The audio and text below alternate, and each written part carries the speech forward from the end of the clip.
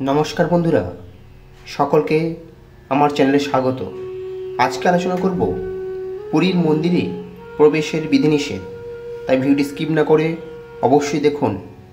পুরীর মন্দির নিয়ে রহস্যের যেমন শেষ নেই, তেমনি পুরীর মন্দিরে প্রবেশ নিয়ে রয়েছে বেশ কিছু নিয়ম বা বিধিনিষেধ, যা নিয়ে অনেকের মনে অনেক প্রশ্ন এবং কৌতূহল।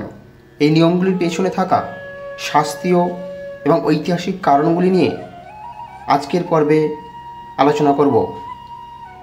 পুরীর মন্দিরের গর্ভগৃহে প্রবেশের অনুমতি রয়েছে কেবলমাত্র হিন্দুদেরই, এবং এই মন্দিরে বিদেশিদের প্রবেশ নিষিদ্ধ। এক অংশের ঐতিহাসিকবিদদের মতে একাধিকবার অহিন্দু বৈদেশিক শত্রু পক্ষ এই মন্দিরে হামলা চালায় এবং মন্দির ধ্বংস করে জগন্নাথ বিগ্রহ ও প্রভু জগন্নাথের বিপুল ধনসম্পত্তি লুট করার পরিকল্পনা করে। হয়তো সে কারণেই সেবায়েতরা পুরী মন্দিরের অন্দরে শুধুমাত্র সনাতন ধর্মাবলম্বী এবং ভারতীয়দের প্রবেশ অধিকার দিয়েছেন। প্রধানমন্ত্রী থাকাকালীন ইন্দিরা গান্ধীকে প্রবেশ করতে দেওয়া হয়নি। তিনি একজন অহিন্দুকে বিয়ে করেছিলেন। এছাড়া রবীন্দ্রনাথ ঠাকুরও কোনো দিন পুরীর মন্দিরে প্রবেশ করেননি, কারণ জন্মসূত্রে তিনি ছিলেন ব্রাহ্ম সমাজের। থাইল্যান্ডের রাজকুমারী মহাসিনিধন প্রথম উড়িষ্যা সফরে পৌঁছান। তিনি বাইরে থেকেই মন্দিরে দর্শন করেন। বিদেশি বলে তাকে প্রবেশাধিকারের অনুমতি দেওয়া হয়নি।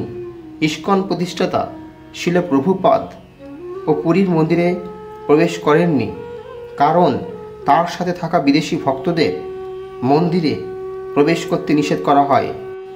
এমনকি একবার এলিজাবেথ জিগলারক নামক এক জগন্নাথ ভক্তকে কয়েক কোটি টাকা দান দেওয়ার পরেও মন্দিরে ঢুকতে দেওয়া হয়নি, কারণ তিনি ছিলেন খ্রিস্ট ধর্মের মানুষ এবং বিদেশি নাগরিক।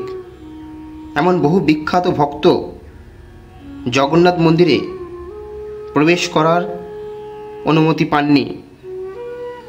এখানে প্রশ্ন ওঠে, জগন্নাথ তো জগতের নাথ, তবে তার দর্শন থেকে কেন তারা বিদেশি এবং অন্য ধরনের মানুষ বঞ্চিত থাকবেন?